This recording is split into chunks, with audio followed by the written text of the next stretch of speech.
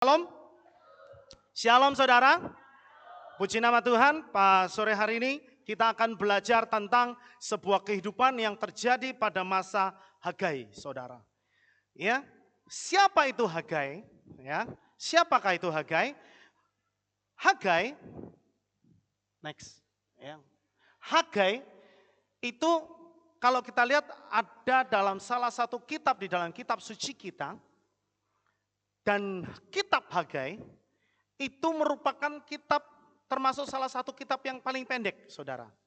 Karena kitab Hagai itu hanya terdiri dari 2 pasal. Terdiri dari berapa pasal, saudara? 2 pasal, saudara. Ya. Nah, dan topik khotbah tentang Hagai itu memang jarang diangkat, saudara. Jarang, enggak seperti tentang kitab Keluaran, tentang kitab Kejadian, tentang kitab Hakim-Hakim. Ya, di situ ada cerita-cerita yang populer tentang kisah orang Israel keluar dari Mesir, itu kan? Itu sesuatu yang populer, tentang cerita Adam dan Hawa, itu populer. Tapi kalau Hagai, saya pikir tidak banyak orang tahu, tidak banyak jemaat yang tahu. Betul nggak kira-kira? Betul ya? Yang saya katakan ini kira-kira betul nggak kira-kira? Saudara sendiri jarang ya dengar tentang nama Hagai ya. Tentang kisah kehidupan yang terjadi di masa Hagai hidup, itu jarang kita dengar. Ya. Nah, kitab Hagai itu adalah salah satu kitab terpendek yang pernah tertulis ya dalam kitab suci. Hanya 2 pasal. Tetapi kisah Hagai ini, saudara, ini merupakan sebuah kisah yang menarik, yang sebenarnya juga kisah ini itu tidak jauh beda dengan kisah yang sedang kita alami sekarang ini. Begitu. Kisahnya seperti apa? Nanti kita lihat ya. Terus. Nah, Hagai adalah seorang nabi yang diutus Tuhan kepada orang Yahudi sesudah mereka kembali ke Yehuda dari pembuangan di Babel. Nah, Hagai itu adalah seorang nabi, tapi dia adalah seorang anak gubernur. Dia adalah seorang anak gubernur dari Yehuda, saudara, yang bernama Zerubabel. Ya, dia adalah seorang nabi, tapi dia adalah seorang anak gubernur. Nah, Hagai ini tidak pernah kenal lelah untuk mendorong orang-orang Yahudi membangun kembali bait suci di Yerusalem. Padahal di kitab Esra sebelumnya sudah diceritakan tentang pembangunan bait suci. Tetapi saudara, di kitab Hagai ini diceritakan kembali bahwa Hagai ini seorang nabi yang gencar untuk memotivasi, mendorong orang-orang Yahudi membangun kembali bait suci di Yerusalem. Kenapa? Karena sudah hampir 20 tahun sejak orang-orang Yahudi itu pulang dari pembuangan di Babel, mereka berencana akan membangun, gitu ceritanya. Tetapi sudah 20 tahun gak jalan-jalan itu pembangunan bait suci, saudara. Nah, di sini Hagai mendorong supaya orang-orang Yahudi itu kembali mau bersemangat membangun bait suci. Nah, tapi mereka masih menunda dan belum mau membangun kembali bait suci, gitu. Padahal kalau saudara lihat di dalam kitab Esra, ketika Esra itu berencana untuk membangun kembali bait suci, orang-orang Israel itu bersorak-sorai sampai dikatakan di situ antara yang nangis terharu dan yang bersuka cita itu enggak ada bedanya, sulit dibedakan. Bayangin, saking senengnya mereka sampai mereka yang nangis terharu dan yang bersuka cita bersorak-sorai itu semua gegap gempita bersorak-sorai di hadapan Tuhan, bersuka cita karena bait suci mau didirikan. Artinya apa? Mereka itu semangatnya luar biasa. Tetapi sampai 20 tahun gak dibangun-bangun bait suci, saudara. Ada apa ini? Kan gitu. Terus, nah kenapa? Nah sekarang kita lihat, kalau kita melihat lebih jauh dalam kisah yang tercatat di dalam kitab Esra pasal 4, saudara bisa baca di situ. Saat bangsa Israel akan membangun, nah ada bangsa-bangsa lain yang ikut pulang dari Babel, itu ikut pulang ke Yerusalem, saudara. Tapi bukan orang Yahudi, bangsa-bangsa lain di situ. Nah, rupa-rupanya bangsa-bangsa lain ini ada yang kepingin ikut berpartisipasi untuk membangun bait suci, gitu ceritanya. Ya, orang-orang dari luar Yahudi ini mereka ingin berpartisipasi untuk ikut membangun bait suci. Tetapi orang Israel sendiri menolaknya, saudara.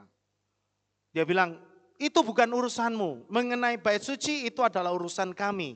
Nah, rupa-rupanya karena orang-orang goyim, yang dikatakan orang-orang goyim ini, ya bangsa-bangsa lain, merasa tertolak,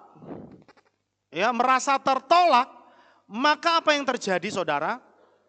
Kalau orang itu yang tadinya baik, terus dia merasa tertolak, sakit hati, bisa jadi jahat nggak, saudara? Bisa jadi jahat. Ya, saya pernah lihat ada satu quote yang pernah nonton film Joker. Saya belum pernah nonton film Joker sih, saudara ya. Tapi yang katanya pernah nonton film Joker, itu ada quote begini. Orang jahat itu tercipta dari orang baik yang terus dijahatin. Katanya begitu, saudara. Jadi orang jahat itu tercipta dari orang baik yang terus-menerus dijahatin. Saya renungkan kata-kata itu, ya, dan saya pikir ada benarnya juga, saudara. Ya, kalau orang itu yang tadinya baik, terus tiba-tiba dia merasa tertolak, dia merasa tersingkir, belum lagi dibully, dijahatin, dianiaya, maka dari dalam diri orang itu tersebut bisa timbul sesuatu yang tidak baik. Itu bisa, saudara. Ya, apalagi orang itu tidak punya iman kepada Tuhan yang benar. Gitu. Ya, orang yang punya iman aja masih bisa punya kans untuk itu. Apalagi orang yang tidak bertuhan. Maka orang yang tadinya baik itu, yang tadinya malaikat, bisa jadi setan. Gitu. Ya. Nah, kisahnya itu seperti itu. Jadi yang tadinya orang-orang goyim ini, mungkin ada dari mereka juga orang-orang yang percaya, sudah percaya kepada Bapa Yahweh. Karena mereka sendiri ngomong gitu. Saudara bisa baca di dalam kitab Esra 4 itu. Ya, bahwa bangsa-bangsa lain itu juga merasa menganggap bahwa mereka perlu berterima kasih gitu kepada Elohimnya orang Israel. Sehingga mereka kepingin untuk membantu pembangunan. Tetapi orang Israel menolak. No, saya juga tidak tahu alasannya kenapa. Mungkin mereka merasa bertanggung jawab bahwa pembangunan bait suci itu harus murni dan kosher. Ya. Kenapa, saudara? Kalau ya saya jadi menghubung-hubungkan saja sih. Ya, orang Yahudi itu sangat eksklusif sebenarnya, saudara. Sangat eksklusif. Ya, saudara kalau beli shofar, saudara beli shofar saja, itu ada yang namanya shofar kosher. Itu bedanya apa sih? Gitu. Ternyata salah satu bedanya yang membuat dia kosher dan tidak, itu adalah kalau yang membuat itu adalah orang-orang Yahudi. Dan sebelum membuat itu shofar didoakan dengan cara orang Yahudi. Maka itu shofar menjadi kosher. Atau yang lebih lagi, yang lebih kosyar lagi, kalau binatang itu matinya bukan karena diburu, tapi mati karena secara alami. Nah, sama seperti ketika orang membangun bait suci, saudara. Saya pikir begitu. Jadi mereka tidak mau bahwa rumah Tuhannya mereka itu dikotori oleh campur tangan bangsa lain yang bukan orang Yahudi. Tujuannya supaya apa? Supaya kosher. Sebenarnya mungkin cuma itu. Tetapi bangsa-bangsa lain nggak bisa terima hal ini. Nah, apa yang dilakukan saudara? Saudara baca kisahnya terus runtut di situ, maka mereka mulai merancangkan sesuatu yang jahat. Merancangkan sesuatu yang jahat kepada orang-orang Israel. Gitu, yang tadinya baik, mau ikut membantu membangun karena ditolak, jadi menyerang nih sekarang. Nah, ingat pada zaman itu, ya, kerajaan-kerajaan Israel itu tetap ada di bawah kekuasaan pemerintahan Raja Persia, saudara. Ya, nah, saya lupa nama Raja Persianya siapa di situ ya. Itu yang sebenarnya sudah memberikan izin supaya bait suci dibangun. Tetapi akhirnya malah kebalikannya orang-orang Israel ini, bangsa-bangsa lain, orang-orang Goyim ini membuat teror, saudara, membuat teror sehingga orang-orang Israel ini yang tadinya bersemangat, berapi-api mau membangun bait suci, itu diteror terus, jadi lemah. Nah, ini yang menjadi kesalahan orang Israel, saudara. Ini yang menjadi kesalahan orang-orang Yahudi. Harusnya ketika mereka itu semakin dihimpit, harusnya semakin apa, saudara? Melejit. Amin. Anak-anak Bapa Yahweh itu kalau mendapatkan himpitan, dia harus semakin terangkat seperti apa ya? Seperti air, saudara ya. Air itu kalau saudara tangkap begini, dia lari kemana, saudara? Ke atas pasti, betul ya? Kalau saudara tangkap itu air begini, dia lari ke atas malah, begitu ya. Nah, harusnya anak-anak Tuhan itu seperti itu. Tapi yang dilakukan oleh orang-orang Israel, ketika mereka dihimpit, diteror, malah ngelokro, saudara. Bayangin. Ya. Nah, itu yang membuat akhirnya apa? Rumah Tuhan terbengkalai. Sekarang kita lihat berikut. Nah, dari situ akhirnya setelah terbengkalai sampai hampir 20 tahun, ya, anak Zerubabel yang namanya Hagai ini dipakai oleh Bapa Yahweh untuk memberikan dobrakan-dobrakan baru. Untuk membangkitkan semangatnya orang-orang Israel supaya mereka melanjutkan pembangunan rumah Tuhan. Tuhan kirim Hagai, saudara. Kenapa Tuhan kirim Hagai? Itu pun saya pikir bukan kebetulan. Ada maksud Tuhan. Kenapa yang dipilih Hagai? Ya, kita lihat nanti. Nah, peran Hagai dalam hal ini sangat penting. Karena ia harus memperingatkan orang-orang Yahudi bahwa karena keegoisan membuat mereka ada dalam kehidupan yang bermasalah. Apa yang mereka kerjakan tidak bisa membuahkan hasil yang maksimal. Jadi saudara, pada zaman itu, pada zaman Hagai itu hidup, ya, itu orang-orang Israel tidak lagi dalam kondisi yang tertindas. Karena Raja Persia pada saat itu sudah memberikan kelonggaran. Ya. Dengan buktinya apa? Mereka diperbolehkan untuk membangun bait suci. Jadi orang Israel pada saat itu kondisi hidup mereka itu tidak tertindas.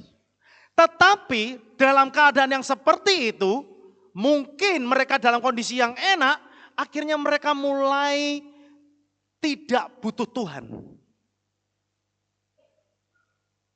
Enak kok hidupnya. Makanya begitu kena tekanan sedikit mereka ya wes lah ngelukru. Nanti. Nah mungkin itu setan bisikinya begini. Wes masih ada waktu. Nggak usah bangun sekarang. Masih ada waktu. Ya kan seperti yang Bapak Gembala ngomong kemarin kan? Ya kan? Rayuannya setan yang paling maut itu kalau sudah ngomong masih ada waktu. Jadi sehingga apa yang harusnya kita kerjakan sekarang, ditundalah. Masih ada waktu. Karena apa? Karena hidup orang Israel pada saat itu sudah termasuk nyaman. Saudara. Nah, tetapi dengan demikian karena mereka tidak memperhatikan pembangunan bait suci, apa yang terjadi saudara?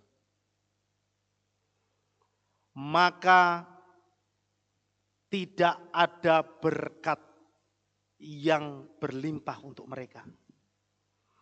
Apa yang mereka kerjakan gagal. Jadi hidupnya itu hanya ya nanggung. Kaya enggak, miskin juga enggak saudara. Tapi ketika mereka mau panen itu enggak bisa panen raya. Hasilnya pas-pasan. Padahal ketika Bapa Yahweh itu memberkati orang Israel, tidak pernah Bapa Yahweh itu memberkati dengan pas-pasan. Selalu diberkati orang Israel itu dengan berlimpah. Berlimpah. Itu cirinya Tuhan kita saudara. Kalau dia memberkati kita, tidak pernah nanggung. Amin. Amin saudara. Siapa yang percaya kalau Tuhan kita Bapa Yahweh memberkati kita itu selalu berlimpah? Yes.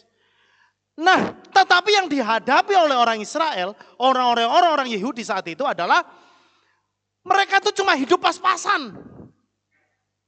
Tuhan tidak memberkati mereka dengan berlimpah. Kenapa? Karena mereka tidak mempedulikan pembangunan bait suci. Ya. Berapa banyak kehidupan anak-anak Tuhan pada zaman sekarang. Ketika belum punya setia beribadah, melayani Tuhan. Tapi ketika mulai diberkati, ketika mulai kaya, waktunya mulai habis untuk dirinya sendiri. Dia nggak peduli lagi dengan rumah Tuhan. Jangankan memperhatikan rumah Tuhan apa yang kurang. Untuk datang beribadah saja sukarnya setengah mati. Kenapa tante kemarin kok nggak datang? Toko ini nggak bisa ditinggal. Ya kan? Pernah dengar yang begitu kan? Pernah nggak saudara? Pernah ya? Kenapa tante? Kok kemarin nggak bisa datang om? Kenapa om nggak bisa datang? Ngomong putu. Ada kan? Toko nggak bisa ditinggal. Tidak akan bisa ditinggal kerjaan kita kalau kita tidak tinggalkan. Ya kan? Kalau saudara bisa buka toko itu 24 jam, pasti ada orang yang datang terus. Ya kan? Coba nggak percaya, buka 24 jam. Indomaret 24 jam, ya tetap ada yang datang, betul ya? Iya, saudara. Jadi maksudnya apa? Banyak orang itu terbuai ketika hidupnya sudah mulai diangkat oleh Tuhan. Saat itulah dia mulai lupa. Egonya mulai naik. Kalau ego seseorang itu mulai naik, berarti perhatiannya dia itu lebih besar kepada dirinya sendiri daripada ke yang lain. Itulah maksudnya egois. Termasuk apa? Termasuk perhatiannya dia kepada pekerjaan Tuhan. Dan pada malam hari ini, saya membawakan firman ini karena ini ada berhubungan dengan yang sekarang Tuhan kerjakan dalam hidup kita. Apa itu saudara? Tuhan minta supaya saudara memperhatikan rumah Tuhan. Amin. Jangan bingung sama kerjaanmu sendiri. Jangan bingung terus sama bisnismu sendiri. Ya, tiap hari doanya, Tuhan berkati pekerjaanku. Tuhan berkati ekonomiku. Tuhan angkat. Terus kita berdoa seperti itu. Ya. Tapi Tuhan juga pengen ngomong. Kamu memperhatikan gak rumahku? Ya. Bapak Yahweh itu kepingin supaya rumah Tuhan, tempat dia bersemayam, itu juga diperhatikan saudara, dirawat. Amin. Amin saudara. Halo. Ya, jadi doanya jangan cuma minta Tuhan berkati ekonomiku. Tuhan berkati tokoku. Ya. Mulai sekarang harus ditambah saudara. Ditambah apa? Saya mau memberkati rumahmu Tuhan. Ya. Supaya apa sih? Supaya apa yang saudara kerjakan itu berhasil. Kita itu cuma hidup di dalam dua lingkaran saudara. Satu, lingkaran setan. Lingkaran setan. Lingkaran setan itu macam-macam. Kalau saudara berbohong, sekali saudara berbohong, saudara akan melahirkan kebohongan yang kedua. Kebohongan yang kedua akan melahirkan kebohongan yang ketiga. Dan itu namanya lingkaran setan. Dan yang berikutnya adalah saudara mau hidup di mana? Lingkaran setan atau yang satunya, yaitu lingkaran berkat. Kalau lingkaran berkat saudara memberkati, maka saudara akan diberkati. Itu terus muter saudara, muter saudara. Amin. Ingat hukum tabur tuai. Jadi saudara mau hidup yang di mana? Mau hidup di lingkaran setan atau lingkaran berkat? Ya. Kita akan bangun rumah Tuhan yang jauh lebih gede dari sekarang. Bapak Yahweh lagi tantang kita nih. Aku kan orang sugih. Ada yang berani menyatakan diri di sini aku bukan orang sugih? Ada? Halo? Ada enggak? Ada ya? Pinter, bagus saudara. Ya, jangan sampai, karena Bapak Gembala sudah ajarin kita loh. Ngajarin kita. Betul ya? Kita ini orang kaya, kita ini orang diberkati.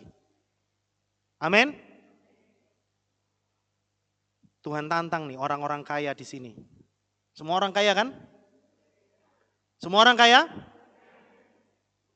Apa yang bisa engkau kerjakan? Apa yang bisa engkau berikan untuk rumah Tuhan? Wow, kok Jameson khotbahnya minta-minta. Sing minta bukan aku saudara. Yang minta bukan saya, tapi firman Tuhan yang ngomong. Saudara tidak mau ambil bagian untuk memberkati, tidak apa-apa.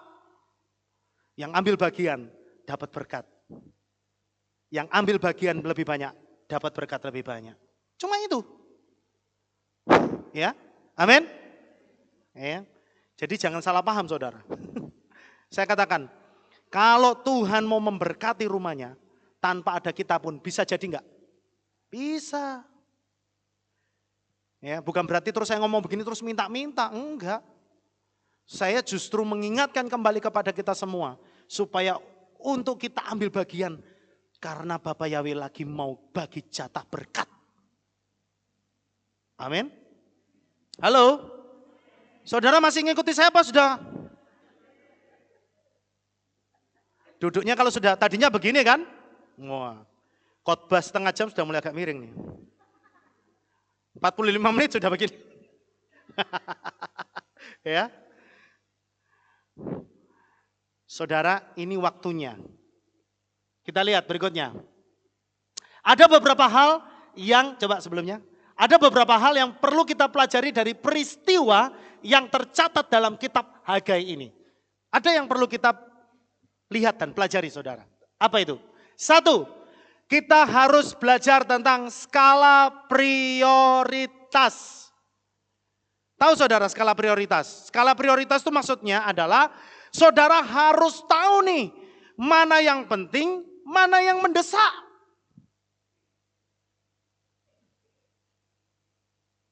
Contoh, 5 menit lagi saudara akan mengadakan rapat 5 menit lagi. Katakan begitu contohnya. Akan ketemu orang untuk rapat. Nah, itu sifatnya penting atau mendesak? Hah? Mendesak ya? Penting atau mendesak?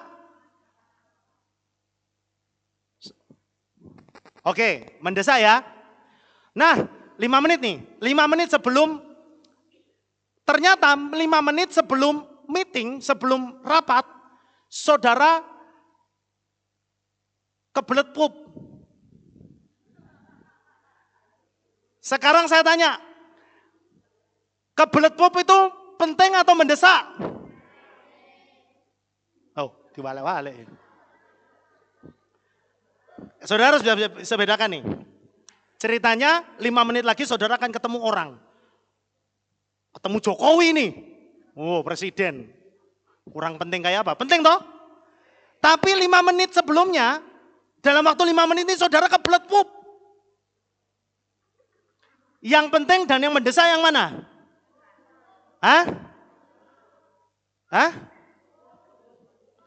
Yang kebelet pup pasti mendesak. Ketemu sama Jokowi penting.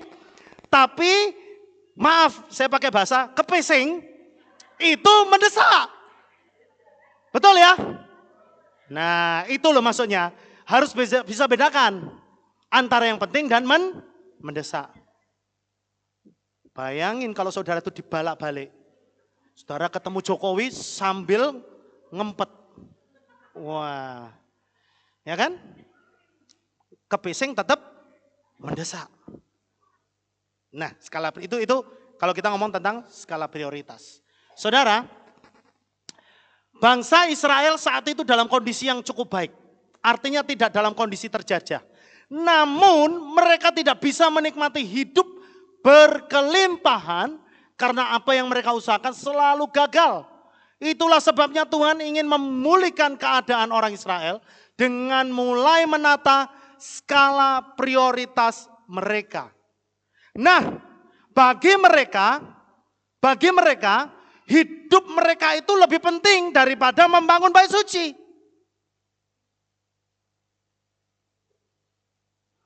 Ya, bagi orang Israel menjalani hidup mereka sehari-hari itu lebih penting daripada membangun bait suci. Atau bahasa lainnya begini, orang Israel itu menganggap membangun bait suci itu sesuatu yang cukup penting, tapi tidak mendesak. Tahu bedanya ya sekarang saudara ya? Bagi orang Israel, bangun bait suci penting. Iya, ketika mereka ditanya, menurut kamu membangun bait suci sekarang gimana? Penting gak? Penting. Tapi tidak mendesak. Terbukti dari apa? Enggak digarap-garap saudara. Sampai hampir 20 tahun lebih. Sampai akhirnya Tuhan ngomong sama Hagai. Hagai, kamu sekarang aku utus. Peringatkan itu orang-orang Israel. Kalau mereka mau hidupnya diberkati, kalau mereka mau pekerjaan mereka diberkati, mereka harus mengindahkan atau mereka harus memperhatikan, membangun bait suci. Jadi saudara, saat ini pun kita akan mendapatkan pertanyaan yang sama. Apakah menurut saudara membangun rumah Tuhan yang di belakang ini penting atau mendesak? Belum nangkep nih berarti ini. Orang Israel, tak kasih lagi, tak ceritain lagi nih, tak ulang lagi. Orang Israel kenapa tidak diberkati? Kenapa saat itu tidak diberkati? Karena ketika mereka ditanya, menurut kamu membangun bait suci penting enggak? Penting. Tapi tidak mendesak. Karena merasa tidak mendesak, jadi selalu ada bisikan, sesuk wae. Sesuk wae. Ditambah lagi dapat tekanan dari bangsa-bangsa lain, wis saiki belum aman, sesuk wae. Tidak mendesak. Cukup hanya cukup penting. Nah, sekarang saya tanya sama saudara. Kita sedang bangun rumah Tuhan di belakang nih. Betul ya? Ini prioritasnya penting atau mendesak, saudara? Hah?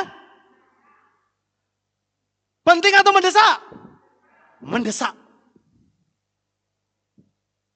Mendesak. Karena kalau kita ngomong cukup penting, cukup dengan kata penting, maka kita tidak akan pernah berusaha untuk mengejar, membangun, menyelesaikan rumah Tuhan. Apa saudara pikir ketika Tuhan kasih tanah di belakang ini cuma untuk hiasan? Hah? Enggak. Apa cuma untuk dipamer-pamerin gitu? Enggak. Tuhan juga kepingin supaya tanah belakang ini berdiri sebuah bangunan yang megah. Di mana di bangunan itu, di atas bangunan itu, dimuliakan nama kudus Bapa Yahweh. Supaya seluruh Magelang ini lihat.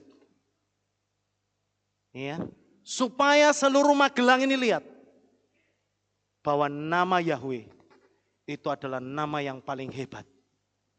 Amin. Tuhan mau supaya, kenapa Tuhan kasih tanah yang gede? Saya percaya ini bukan kebetulan, saudara. Ya, kita bisa beli tanah belakang ini karena benar-benar Bapak Yahweh yang kasih loh. Mujizat loh ini. Saudara harus ingat. Ya. Dan saudara tahu pembangunan yang akan dibangun, biaya pembangunannya. Saya tidak akan ngomong sekarang, saudara. Tapi bukan cuma gede. Gede, saudara. Gede, saudara. Dan ketika saya lihat angkanya, ditasodorin angkanya, untuk biaya pembangunan itu saya sedikit melotot. Oh. Gede, saudara. Jadi gede atau gede?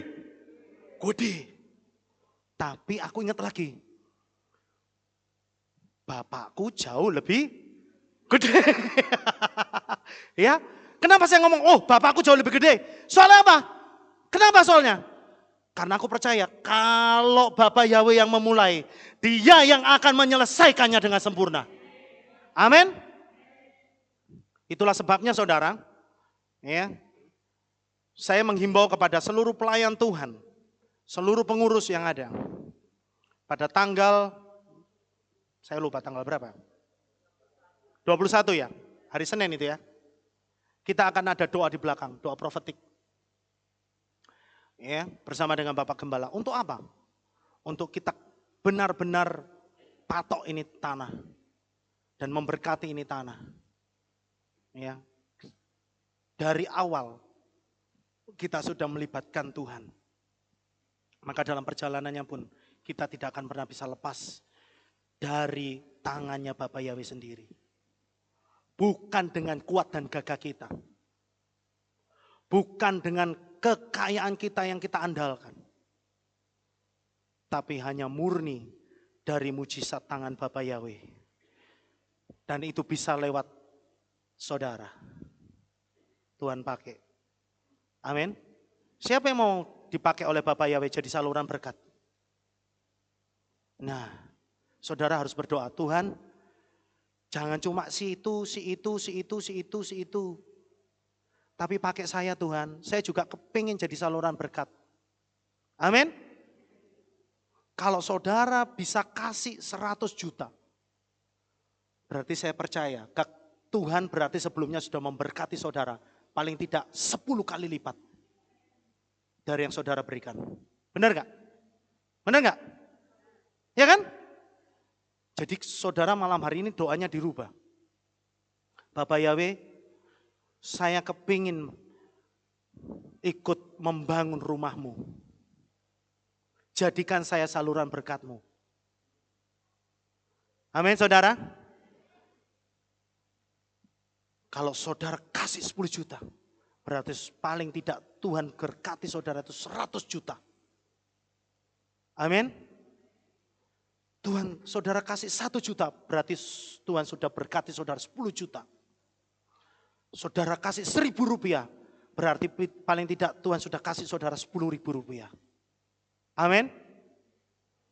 Yang penting saudara ikut dalam membangun rumah Tuhan. Bukan dari gede kecilnya nominal yang saudara akan berikan. Bukan itu yang Tuhan lihat. Tetapi hatimu yang terbakar. Ini mendesak. Ya. Apalagi kita nggak tahu kapan Tuhan akan datang. Ya kan? Kita nggak tahu. Kalau saya cuma berpikir yang penting kita kerjakan ini mendesak. Mendesak saudara. Ingat. Ya, kenapa kita perlu membangun rumah Tuhan? Nanti saya akan jelaskan di situ. Ya.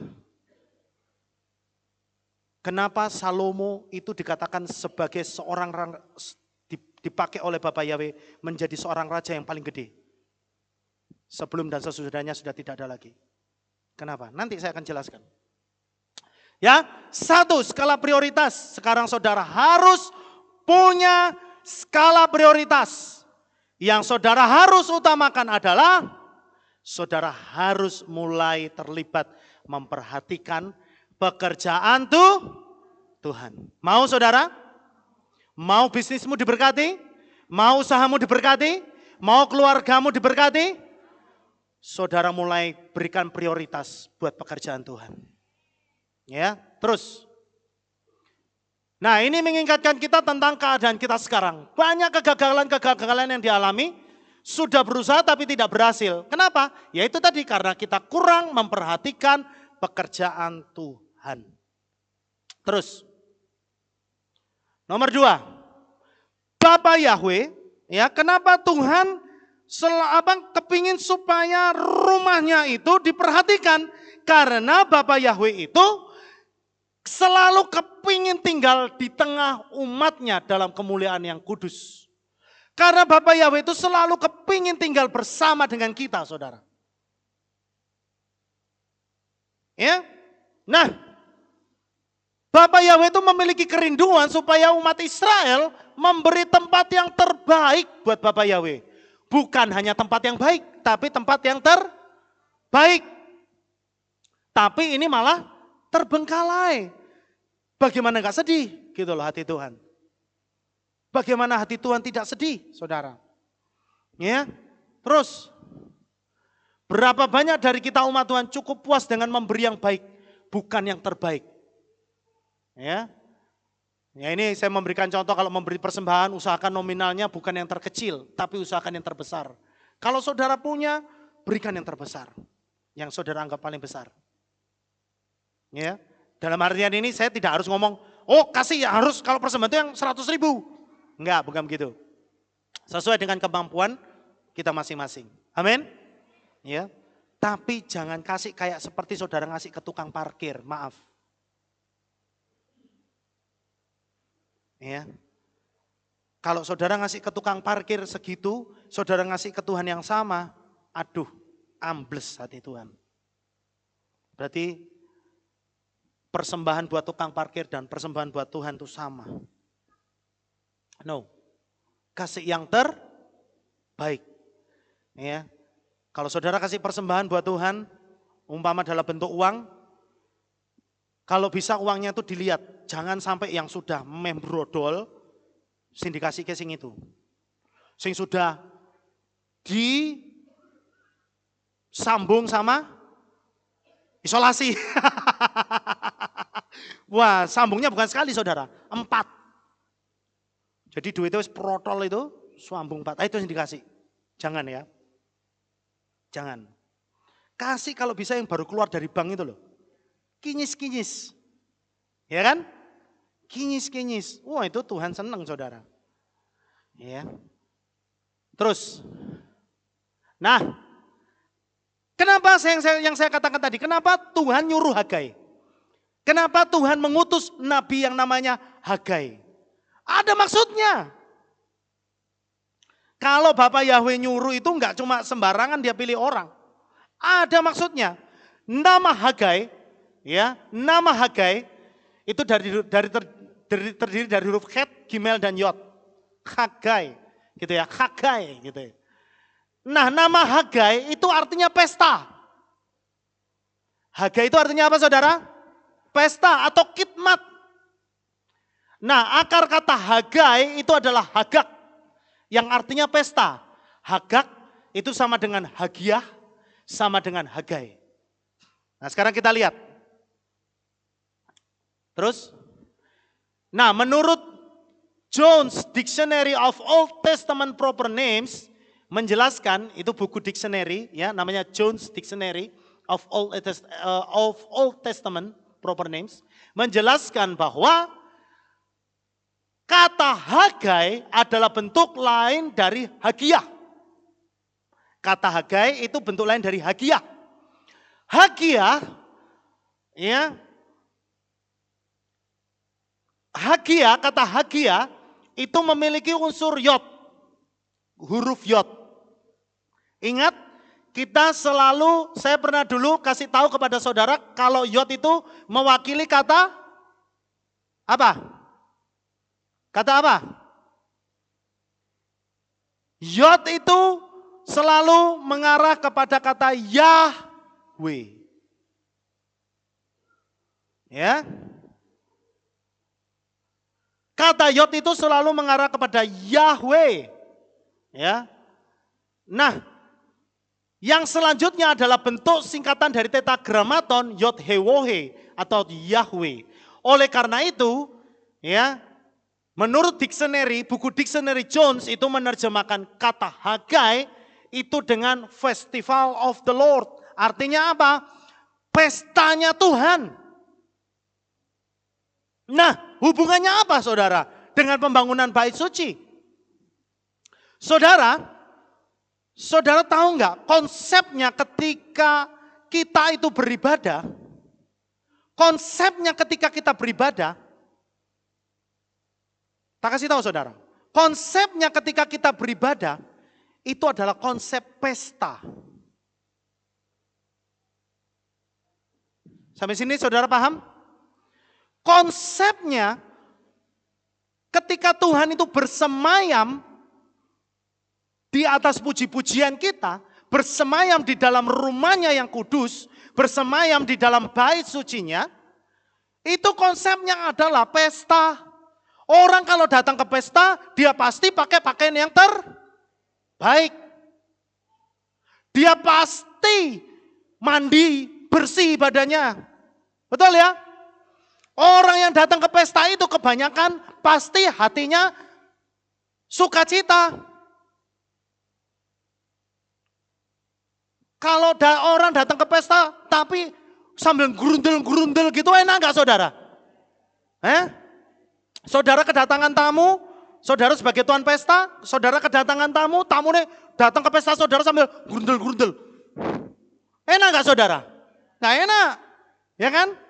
Itulah sebabnya kalau kita datang beribadah, Tuhan kepingin supaya saudara itu bersukacita. Tuhan kepingin ketika saudara datang dan beribadah kepada Dia, saudara itu seperti orang yang berpesta.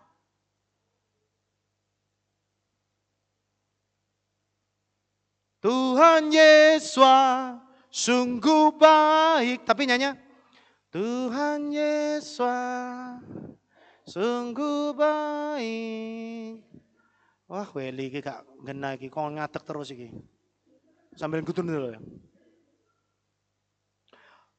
Tuhan gak kepingin kita datang seperti itu, saudara. Ya. Ya seperti kita itu menikmati pesta. Amin. Ya, karena Bapak Yahweh itu suka dengan pesta. Makanya saudara, besok nih kalau kita sama-sama sudah rapture nih, menyongsong kedatangan Yesus sebagai mempelai, dikatakan kita itu akan masuk di dalam pesta perjamuan anak domba. Mau saudara? Pesta. Kalau yang namanya pesta, itu pasti makanannya enak. Ya kan? Minumannya pasti juga enak. Enggak cuma wedang jahe. Banyak macamnya. Ya, saudara mau jus apa aja ada. Stroberi, mangga, kelapa, semua tersedia. Karena pesta. Jadi, ya, ayo saudara. Ini salah satu pesan loh buat kita.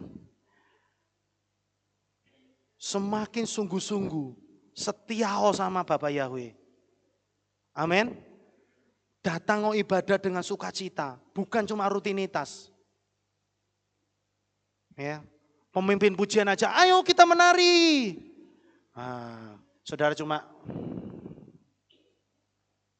gitu ya. Ini saudara tidak mendukung pesta namanya. Padahal Bapak Yahweh itu selalu kalau setiap ibadah dia maunya kita itu pesta.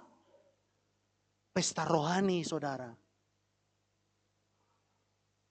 Tuhan itu seneng loh dengan kondisi pesta saudara. Makanya kita itu kalau datang ibadah itu yang wah kenapa? Kita itu mau pesta. Amin. Amin saudara. Iya kan? Makanya saya selalu ngomong, saya pernah ngomong. Kalau saudara punya baju bagus, saudara punya sepatu bagus, kalau bisa pakai yang pertama untuk datang ibadah. Nek bisa jangan pakai buat kondangan dulu, pakai buat ibadah dulu. Saya kadang sedih saudara. Ya, ada di tempat saya itu orang kaya loh saudara. Orang kaya. Saya sedih. Tiap kali datang ibadah sandalan. Ya, bajunya hem biasa begitu. Kenapa saya ngomong itu hemnya biasa? Karena saya begini-begini saya ngikutin model saudara. Saya bisa tahu orang ini pakai baju genah apa enggak. Iya, bajunya biasa. Saya pikir ini kayak orang datang cuma mau apa sih? Ya. Makanya saudara, kalau saudara punya baju yang paling bagus, pakai datang buat ibadah. Amin. Ya. Setelah itu saudara mau pakai buat kondangan silakan, mau buat jalan-jalan di mall silakan. Tapi yang pertama, gunakan selalu usahakan pakai buat ibadah. Ya, itu sama saja kita itu menghargai Tuhan. Sama saja kita itu mempersembahkan buat Tuhan. Amin. Terus, nah, Tuhan memberi kesempatan bagi bangsa Israel untuk bertobat sehingga mereka itu diberkati, kutuk jadi berkat. Ketika perilaku mereka dirubah, mereka mulai memperhatikan pekerjaan Tuhan. Yang tadinya pekerjaan mereka yang mereka kerjakan itu gagal, Tuhan ubah. Jadi berhasil. Kutuk jadi berkat. Hati-hati saudara. Mungkin selama ini di dalam kehidupan kita ada kutuk-kutuk yang masih nempel. Entah itu kutuk keturunan yang belum saudara bereskan. Tahu kutuk keturunan saudara?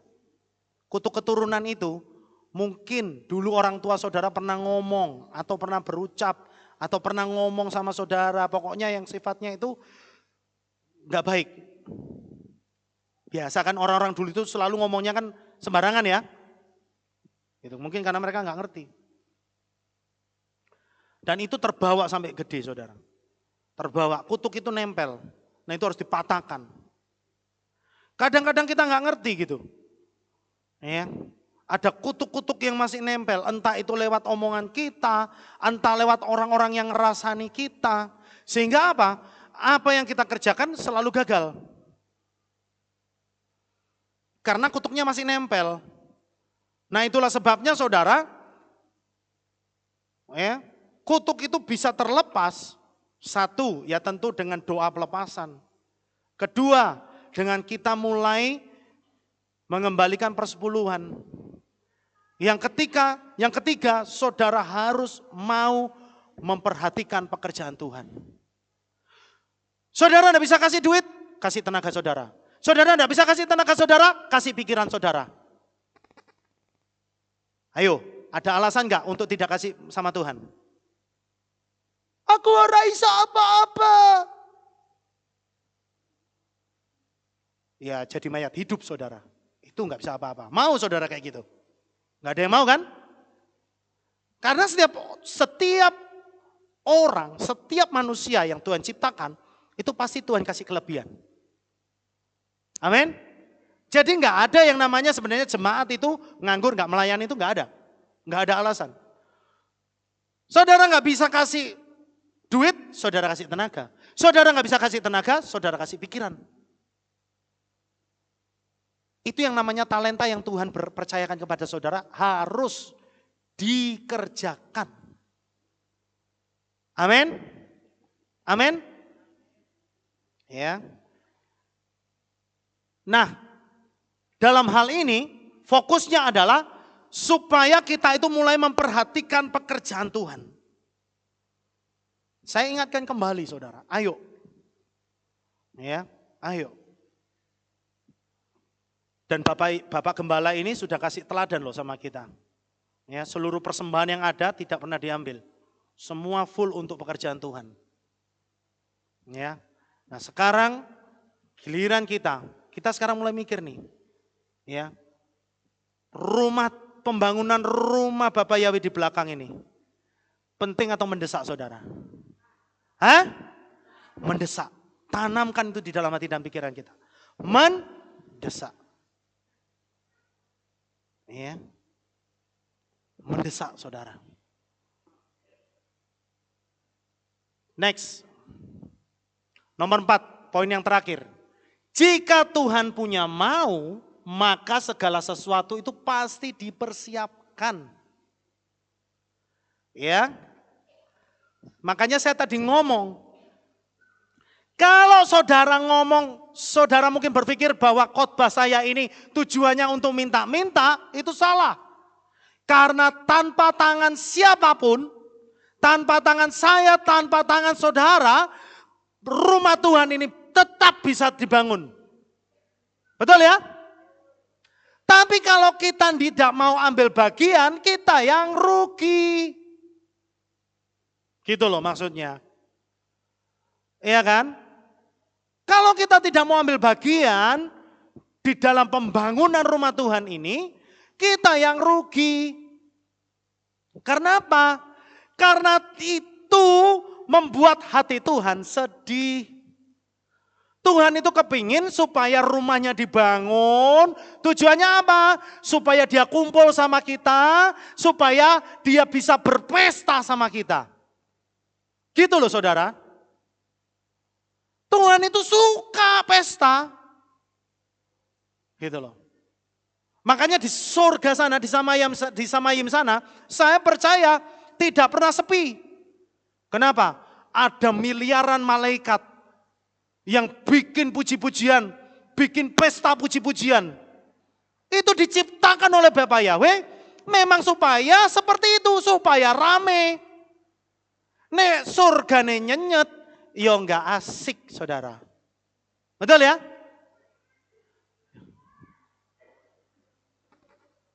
Jadi malam hari ini, saya mengingatkan kembali kepada saudara sekalian. Ayo mulai saudara berpikir, tanamkan dalam hati. Jangan cuek. Jangan berpikiran, wah ono kae kok. Wah ono si A, si B yang bisa mendukung. Enggak. Tuhan kepingin saudara. Semua. Tidak ada yang terkecuali. Amin. Kita semua harus punya fokus yang sama seperti Bapak Gembala. Yaitu apa? Memperhatikan pembangunan rumah Tuhan. Satu itu saudara. Amin. Ya. Sekarang saudara harus berdoa supaya apa? Tuhan jadikan saudara itu saluran berkat. Amin. Mau tahu jadi saluran berkat saudara? Nek saudara jadi saluran air, saudara pasti ikut basah. Ya kan? Ya kan?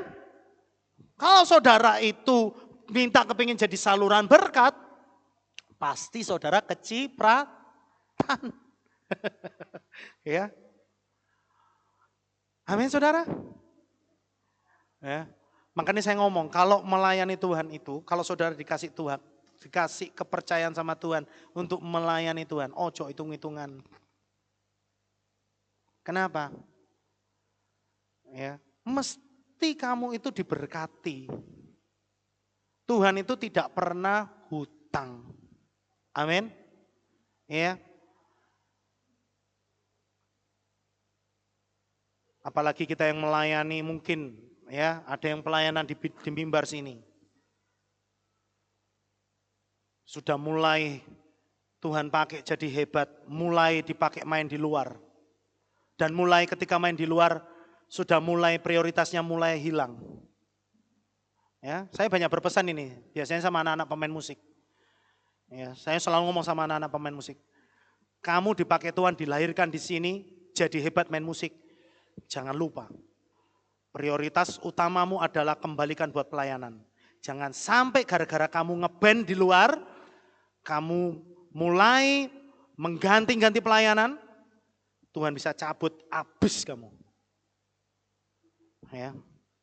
Saya selalu berpesan kepada anak-anak pelayanan musik seperti itu. Kenapa? Yang rawan ini biasanya musik soalnya. Di sini dulu dibikin pinter, begitu pinter, hilang sudah. Bye, saya sudah pinter, bye. No. Ya. Tuhan bisa ambil sewaktu-waktu. Dan kalau Tuhan sudah bisa, kalau Tuhan sudah ambil, itu belum tentu loh dikembalikan. Hati-hati. Ya. Tapi saya bersyukur anak-anak musik sekarang ini, mereka anak-anak yang loyal, saudara. Ya. Mereka ini orang-orang yang hebat dalam bermusik, tapi mereka punya hati untuk melayani. Ya, saya berharap mereka bisa terus seperti itu ya. Jadi berkat buat Tuhan. Jadi saudara, kalau Tuhan sudah mau membangun, pasti dia akan mempersiapkan. Dan kalau Tuhan sudah mau dan dia mempersiapkan, bersyukurlah kita yang dipakai oleh Tuhan untuk jadi saluran berkat. Berarti Tuhan sedang mempersiapkan saudara untuk jadi orang-orang yang hebat, orang-orang yang diberkati, orang-orang yang kaya, sehingga saudara bisa memberkati dan membangun rumah Tuhan. Amin saudara? Ya, harus punya pikiran kayak gitu saudara. Ya. Nah, saya masih melihat banyak pendeta atau gembala di luar sana ketika ingin buat KKR besar-besaran, tapi minta sumbangan saudara kanan kiri, bawa proposal, ngomong kita mau bikin KKR, ya bisa bantu ndak persembahan. Aduh, ini ngisi-ngisi nih saudara, ya, ini ngisi-ngisi nih, ya. Nah ini contoh yang salah. Kalau kita percaya bahwa Bapa Yahweh sudah memulai, ya percayakan bahwa tangan Bapa Yahweh yang akan mengakhiri semuanya. Amin saudara. Ya, kalau saudara mencintai pekerjaan Tuhan, saudara mencintai Tuhan, pasti saudara punya perhatian untuk memperhatikan pekerjaan Tuhan. Supaya apa? Supaya kita hidup di dalam lingkaran berkatnya Bapa Yahweh.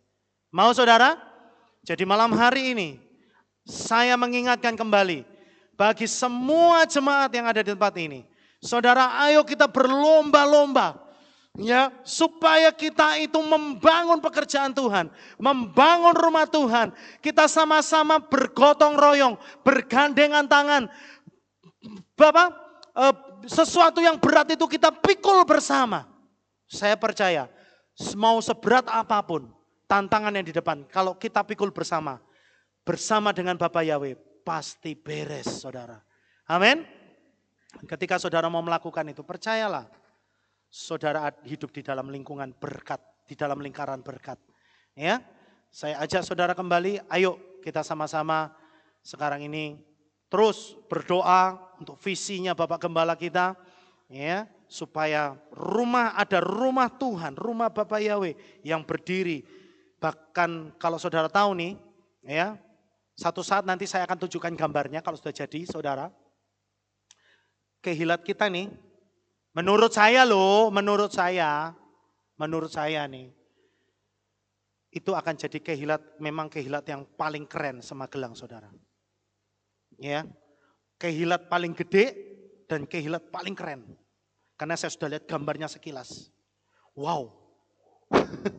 Ya, wow. Ini keren, Bo. Ya. Saudara nanti kalau lihat marketnya nanti kalau sudah jadi ya, saudara bisa lihat. Untuk itu saya selalu berdoa, ayo dukung dalam doa. Amin. Mau saudara? Dukung dalam doa bersama-sama.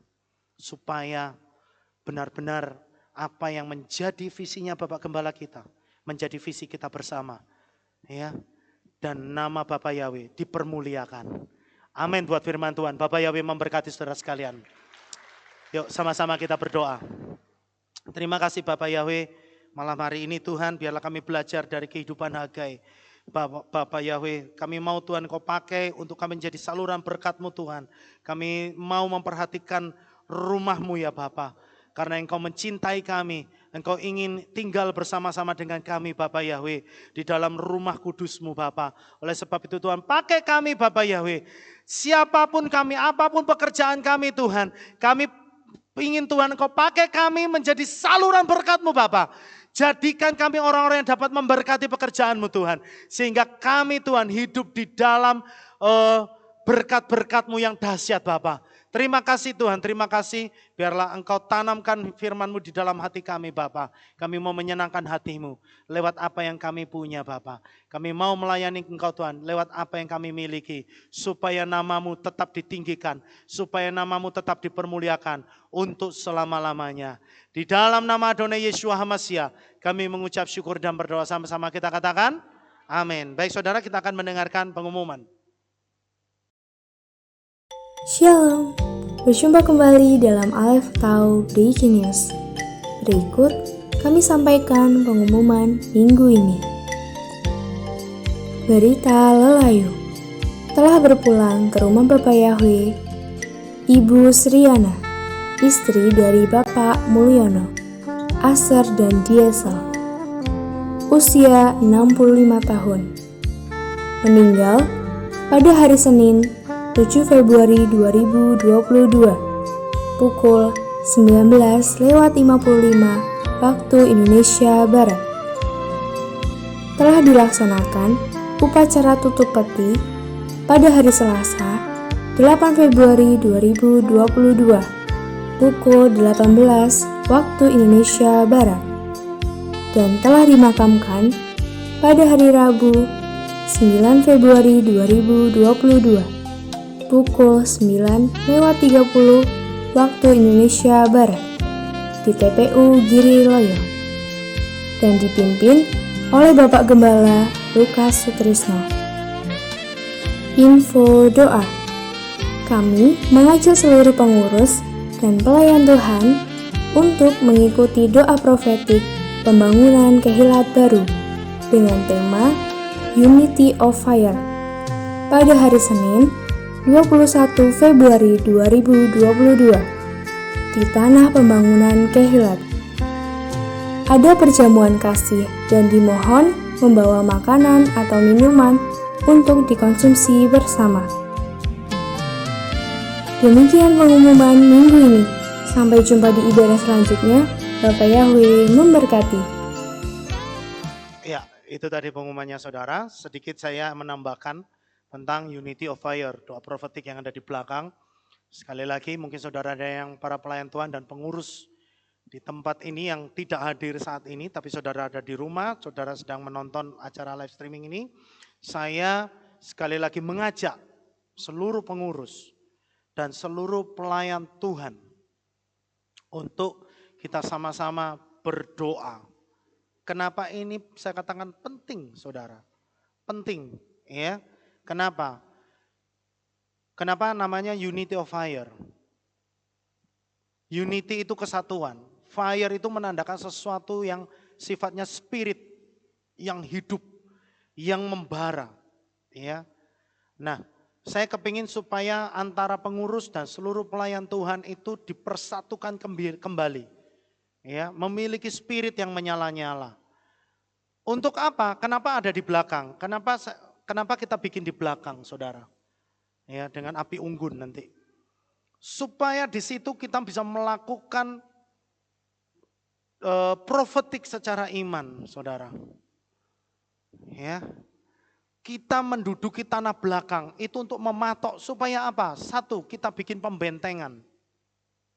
Supaya nanti mulai dari awal peletakan batu pertama, itu Tuhan berikan pembentengan, perlindungan. Tidak ada lagi yang rusuh, tidak ada lagi yang mau menghambat. Ya, seperti yang dialami oleh orang Israel, saudara. Kita mau supaya malaikat Bapa Yahweh itu berjaga-jaga terus. Ya, supaya tidak ada orang yang resek lagi. Sampai kapan? Sampai pembangunan itu selesai dan bahkan sampai Tuhan Yesus datang kembali. Amin. Kita mau memberkati tanah belakang. Supaya apa? Supaya dari segi dana, dari segi sumber daya manusianya, dari segi pembangunannya, kebutuhan yang diperlukan. Itu semuanya Tuhan sediakan. Amin. Karena ini biayanya besar, saudara. Tapi saya percaya kita pasti dapat mengatasinya. Karena Bapa kita itu, Bapa Yahweh, jauh lebih besar dari segala yang kita hadapi di dunia ini. Amin. Ya, Dia maha kaya kok. Kalau cuma sekian miliar kecil, ya kan? Jangankan miliar, ribuan triliun kecil, amin. Ya, apalagi ini untuk rumahnya Bapa Yahweh sendiri, rumah Tuhan sendiri. Saya percaya, ketika kita bersatu, bersehati, ya Tuhan pasti dengar doa kita. Ya, saya rasa itu pengumumannya. Saya mengajak saudara untuk bangkit berdiri. Kita akan tutup ibadah kita pada malam hari ini. Dan kita akan terima doa birkat Kohanim. Terima kasih Bapak Yahweh. Kami mengucap syukur Tuhan malam hari ini selesai sudah acara ibadah kami ya Bapak. Tapi biarlah Roh Kudus Engkau terus berada bersama dengan kami. Engkau selalu membimbing dan menolong hidup kami Bapak. Engkau membuat apa yang kami kerjakan menjadi berhasil Bapak Yahweh. Terima kasih Tuhan, kami tetap berdoa untuk pembangunan rumah-Mu yang ada di belakang ini Bapak. Pembangunan rumah-Mu ya Bapak Yahweh, rumah Bapak Yahweh sendiri. Kami percaya Tuhan, Engkau sudah membuka jalan dan kami percaya Engkau akan menyelesaikannya dengan sempurna. Terima kasih Bapak Yahweh, sebentar kami juga akan pulang. Kau memberkati seluruh jemaat-Mu yang hadir di tempat ini, maupun yang live streaming dimanapun mereka berada. Tuhan memberkati dengan berkat yang komplit, berkat yang sama, berkat yang dapat kami nikmati Bapak Yahweh. Terima kasih Tuhan. Oleh sebab itu saudara angkat kedua belah tanganmu dan terimalah berkat daripada Bapak Yahweh. Yefare ka Yahweh, wo yismere ka. Amen. Yair Yahweh panau eleka, wikuneha.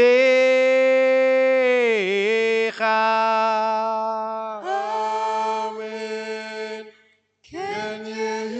Yisa Yahweh panau eleka, wo yeshem leka, shalom. Amen. Diberkatilah saudara pada saat saudara datang dan diberkatilah saudara pada saat saudara pulang. Amin. Diberkatilah apapun yang saudara kerjakan dibuat oleh Bapa Yahweh menjadi berhasil dari sekarang sampai selama-lamanya. Amin. Dalam nama Tuhan Yesus Masiah kami mengucap syukur dan berdoa. Amin.